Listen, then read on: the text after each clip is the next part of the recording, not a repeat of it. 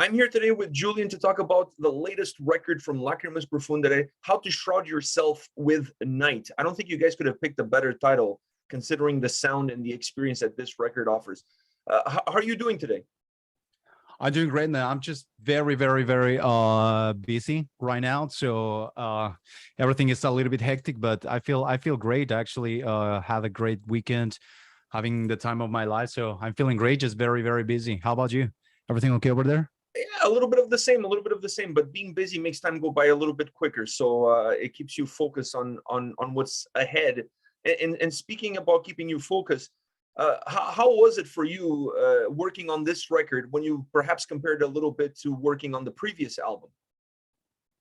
Well, it was actually pretty different. I mean, Bleeding the Stars was this kind of process, and the one that we needed to figure out. You know, we were about to open like a very different door.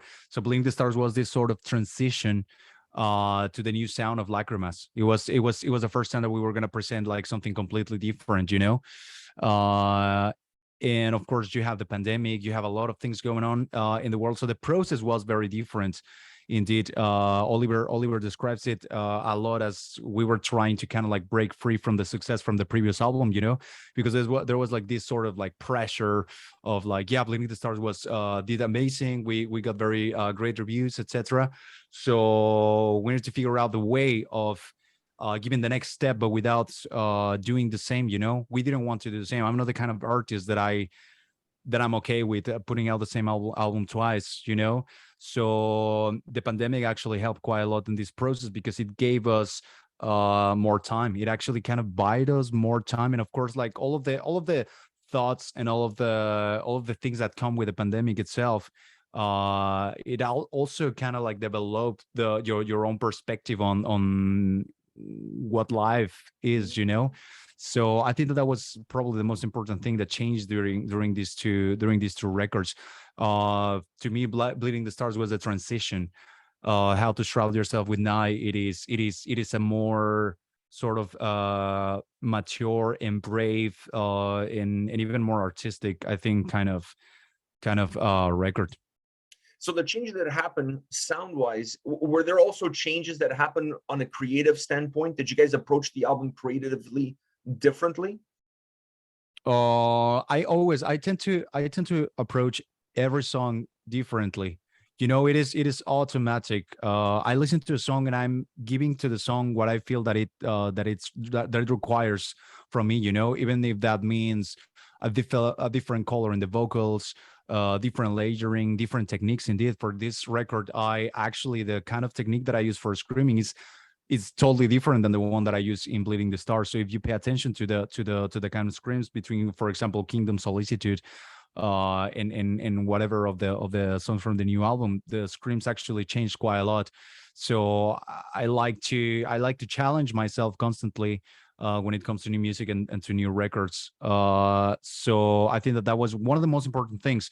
Then we have songs for example, like Curtain of White Silence, which is everybody in the band is incredibly proud of that song because it's exactly that one move that absolutely nobody ever expected to hear from Lacrimas, you know, and almost from any band that it's like flirting around this genre.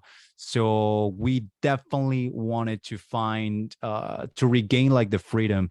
I wanted to help the guys to regain that sort of freedom for risk a little bit more, you know, and try different things, because we as an artist, like, we also like so many different bands, you know, so many different genres, so many different sounds, and so on. So the magic is with Lacrimas that is happening right now is that everybody likes different music, and the collision between all of those different influences is what actually creates something that, for me, I'm proud of Lacrimas, because I think that they are putting out like something new and a different sound than most of the German bands and in Europe in general. I really like that, and I'm very proud of everyone for being brave and actually getting to do something like this. So if I could tell you, I would say artistical freedom and fearless and a fearless approach to music itself is what we were thinking quite a lot this time. In Bleeding the Stars, we were more careful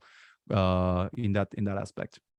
So the title of this record, I feel like it's phenomenal, and it matches the experience that the listener will get going through it. So what inspired what? Did the title of the album was inspired by the music that you guys created, or did you guys have the title in mind and then the music kind of became the definition of that title? No, I think that everything just went so organically with this album. It was an incredibly hard album. I mean, like Oliver almost shot himself like more than once during the process of this album because it was incredibly challenging. I think that Oliver also describes it that's probably the hardest record ever written by Lacrimas. But I think that everything came just in a very, very organic way. Like you have this idea about certain feelings, certain you have a little bit of a kick of the title, might not even the final title, but the concept and the idea, it's already there. And then when your music is developing as it does in 2020, we went to the studio and we were about to finish the record, but it just didn't quite feel all right. So the pandemic sort of like bought us some time, and everything in the songs like start developing so much. The record that we have put out in 2020 is like it's incredibly different than the version that we have right now. New songs coming in, a bunch of songs coming out, songs turning into something else. So I believe that is exactly the magic of music and art, that it just develops and it turns into its own thing. So I think that the cover of the record, I have actually the record in here. The cover of the record, the name of the record, the titles of the record, the lyrics, like everything. If I give you a complete straight answer, they were not connected from the very beginning. It's more something that it starts kind of like getting shape along the way, And but everything ended up making so much sense at the end that you're just more in this romantic setup of an artist saying like it was just meant to be this way. We were just trying to figure out this stuff, but it was already there somewhere in the artistic cloud, so to say. When it comes to putting a record together for you guys, what do you find to be perhaps the biggest challenge? What is the most difficult thing about making a Lacrimas record? The most challenging thing about making a Lacrimas record, I would say there's a lot of chaos actually going on behind the productions. Like nobody really fucking knows that, but there's a lot of chaos. It's like a very violent artistic process, the one that Lacrimas lives, because Oliver has an idea about a riff or about a melody or whatever, and then he kind of like throws the ball on fire to somebody else, like me. And sometimes I might have like an idea for a vocal line, and he might be like, yeah, exactly, that's what I was thinking, that's what I've been looking for. Or it might be like, okay, I was thinking about something different, and then somebody else is working on this and that and so on. So what I would say is it is sometimes very hard to see what is it actually going to stay, because you have the influence from many different people, including the producer, like and other people. There's a lot of ideas from everyone, a lot of different hands, a lot of very different influences from everyone. So I think that to shake hands between all of that is what makes it so challenging, so hard, because you have guys like Dominic, the drummer, that he's really way more into listening to something more with the screams, and he loves doom and stuff like that. There's then Ilka, for example, the bass player, comes from a power metal kind of background, so he has a totally different and classic view of it, and I'm like a modern guy mostly, so but that's what does the magic at the very end. So going through that challenge, the most challenging thing about Lacrimas, which is like trying to figure out how to shake hands with all of that chaos and all of that different influences and stuff, that is very hard. But once that you have it there, then you already have something that is way more special. We were talking about this about this like a few days ago. If you would have everybody, or the bands that everybody's exactly into the same thing, you don't need to be a genius to know like what is going to happen. With Lacrimas, you don't fucking know what's going to happen. Yeah, somebody's gonna throw a song, and it might be like this sort of like goth core that ended up being Curtain, or then you might have An Invisible Beginning, which is like a goth song with a lot of like Finnish influence all the way in there, or you might have like Doom. You have, but I love that. That's exactly what I like, and the reason that I am in Lacrimas, because they understand that. You talked about your screams and how that changed from the previous record to this record. When you look at your range, when you look at what you can do with your voice, and I felt like on this album, you felt, to me at least, you felt a little bit more free than you did in the previous album. When you look at your range, is there a portion of that range that you're more comfortable with, and is there a portion of that range that you want to work harder on so that you can move into the next level with the band? No, I don't. I feel very comfortable doing whatever that I do vocally. Why? Because I'm a person that I have seriously very different influences. I mean, I'm this kind of guy that you're not gonna be able to box into, like, like he likes both hardcore, or he's like a metal guy, or he's like a rock guy, or he's like this or that. I can tell you that I listen to rap, I listen to pop music, a bunch of pop music. I listen to some more edgy 2005 MTV kind of stuff. Like I listen to My Chemical Romance. I listen to 30 Seconds to Mars. I love Muse. I love some more progressive stuff. I love, like, I have so many different influence, Suicide Silence stuff, like, so I'm all over the place when it comes to that. And I'm this kind of person that I do really, really, really seriously enjoy singing. So I listen to all of these bands, and I wanted to be able to have a piece of that feeling. So since I was very, very young, I was developing low vocals, and then I was like, hey, I'm into Avenged Sevenfold. Like, how about I would try to do something higher and something more raspy and that kind of stuff. So I developed that, and then I was like, oh, like, I really like this song with the screams and these kind of techniques and stuff. Like, hey, I'm gonna go there, and then I'm gonna go here, and so on. To me, I find it very boring with a singer is doing exactly fucking same like all the time. Because it doesn't mean that having variety is gonna lose the soul or the spirit or the image, the character of a singer. But it's just like a singer that it's able to have like different sorts of guitars, not just one, and die with that one for Just the one rest of your tuning, life. just one tuning. Exactly. Plus, it's 2022. I mean, you have bands like 21 Pilots and bunch of other bands that they are like all over the place when it comes to music. Like they release this kind of song in this kind of genre, and then they put out something else. And I think that people are, and especially new generations, they are starting to understand that way more. And because of the whole TikTok phenomenon and everything, the attention is also changing quite a lot. So you listen to a song from a band, and if the next one sounds exactly the same, why are you fucking gonna listen to that anymore? you know uh if you have one song that is pretty different, but it's the same band, then you're like, okay, like this sounds more appealing. It's showing me a new face of you. So honestly, I've been working so hard with my vocals during all of these years that I feel very, very comfortable with absolutely anything that I do. So I don't have like any preferences about what you mentioned about me being more free on this record. It's like it's a normal process because um and then the guitar player of the band, Oliver, it's trusting way more in my judge, in what I tell him, like this might work, this might not work, this might be better this way.